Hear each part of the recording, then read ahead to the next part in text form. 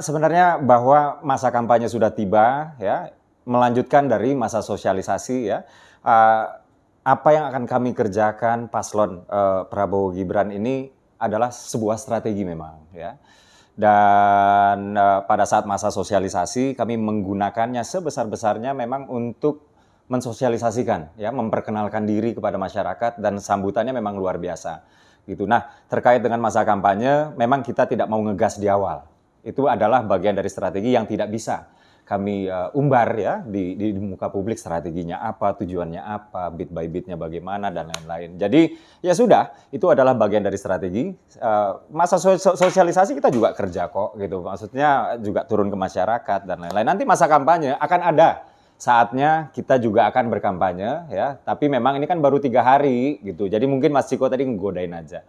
Apa, baru 3 hari pertama yang nggak bisa dibilang waktunya kampanye malah kerja dan lain-lain. Tapi satu hal yang pasti ya, ini adalah wujud dari komitmen, Mas Gibran ya, terkait dengan, kewajibannya ya, di Solo ya, juga komitmen Pak Prabowo terkait dengan kewajibannya sebagai, Menteri Pertahanan RI.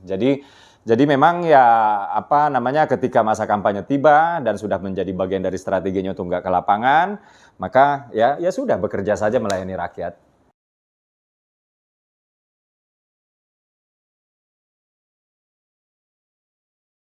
Iya, nggak mungkin lah sekarang kita ini 100% ya menampilkan, cara-cara komunikasi yang sekarang ini ya sedang sedang banyak diomongin orang ya.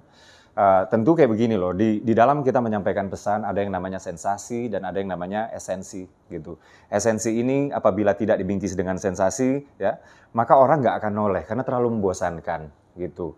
Dan, sensasi kemudian tanpa esensi ini juga hampa, hambar gitu. Nah, keduanya ini kita harus punya gitu. Dan apa yang dimaksud dengan sensasi tadi ini adalah bingkisan cara kami berkomunikasi, cara kami mengajak anak-anak muda untuk berpartisipasi ke, apa namanya, berpartisipasi di dalam pemilu misalnya kayak begitu ya. Karena kita sama-sama tahu lah anak-anak muda ini udah capek ya yang namanya gontok-gontokan ya, ribut-ribut di depan TV, marah-marah, sementara mereka juga nggak yakin apakah yang diributkan itu, mereka relate apa enggak dan lain-lain lah. Nah, apa yang kami lakukan ini ya, terutama soal gemoy, ini spesifik soal gemoy, ini datangnya nggak dari kami di TKN ya.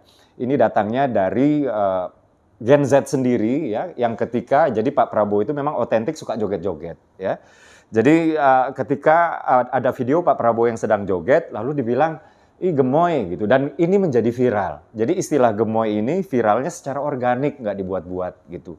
Dan kemudian ini, oh kalau memang mereka maunya seperti ini ya sudah, kita angkat apa yang mereka mau dan kita lekatkan apa yang menjadi, istilah gemoy ini kepada, reputasi atau, cara berkomunikasinya sekalian ya, Pak Prabowo Gibran. Jadi, bahwa ada apa, sensasi ini tidak menegasikan substansi itu juga ada ya. Dan kami sudah menyebarluaskan juga kok yang namanya dokumen Astacita ya, 8 misi ya, 17 program unggulan dan juga 8 program, hasil terbaik cepat. Ini sudah bisa diakses oleh masyarakat dan ini nanti akan dijabarkan ya, ketika debat pemilu itu tiba ya. Ketika, debat capres sebanyak 3 kali dan cawapres 2 kali ini tiba dan ini adalah, series ya, ini ada 5 rangkaian dan ini adalah yang terbanyak dibandingkan pemilu-pemilu sebelumnya gitu. Jadi nggak mungkin ya dengan sistem yang sekarang kita hanya apa, joget-joget gemoy aja itu nggak mungkin. Dan saya pikir semua paslon itu melakukan lah ya, apa namanya, ketika Pak Muhaimin Iskandar dengan Pak Anies itu selepet-selepet sarung, kan nggak kita pojokin juga, nggak kita, gemoy, gimik, ini gimik doang nggak ada isinya, kayak gitu kan nggak mungkin ya.